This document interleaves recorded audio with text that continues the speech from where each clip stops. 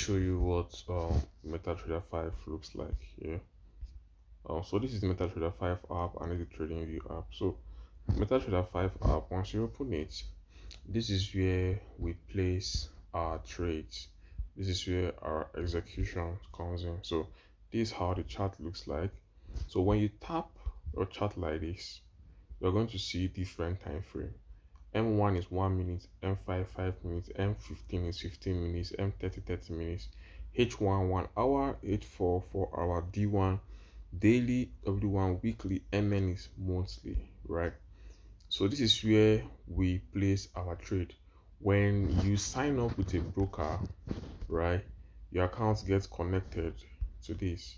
So your account get connected, you see the total amount of money you funded in your brokerage account. Yeah, so this is where we place our trade. When you come to quotes, you're going to see different pairs. All these are currency pairs. This is euro USD, USD CHF, AD CHF. If you want to add pair, you come here.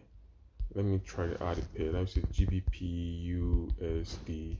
I'll just tap here and automatically it has been added. So if you want to trade GBP USD, you just tap here, you come to charts, right? You see your everything. Let's say you've done your analysis, right? You've done your analysis on trading view. Now you want to place a particular trade.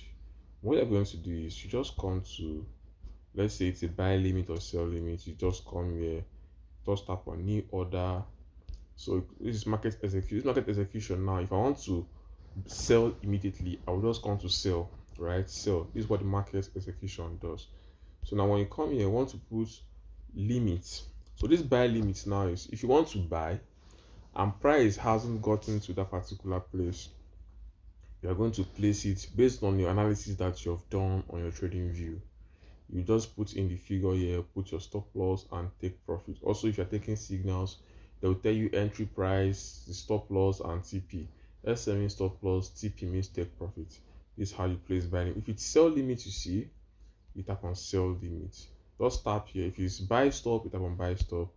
If it's sell stop, you tap on sell stop. If it's buy stop limit, tap on it. If it's sell stop limit, tap on it. So this is how you place trade. So now these figures here 0.5 and 0.1, 0.0, all these are called lot sizes. So now the higher the lot size, the higher the risk, right? The higher the amount you are risking on a particular trade. Like, let me show you for example. Now I have set two limits, buy limit on Euro USD and XAU USD. This is 0.34, right? So if I use one lot size, the risk will be higher. Now let's see.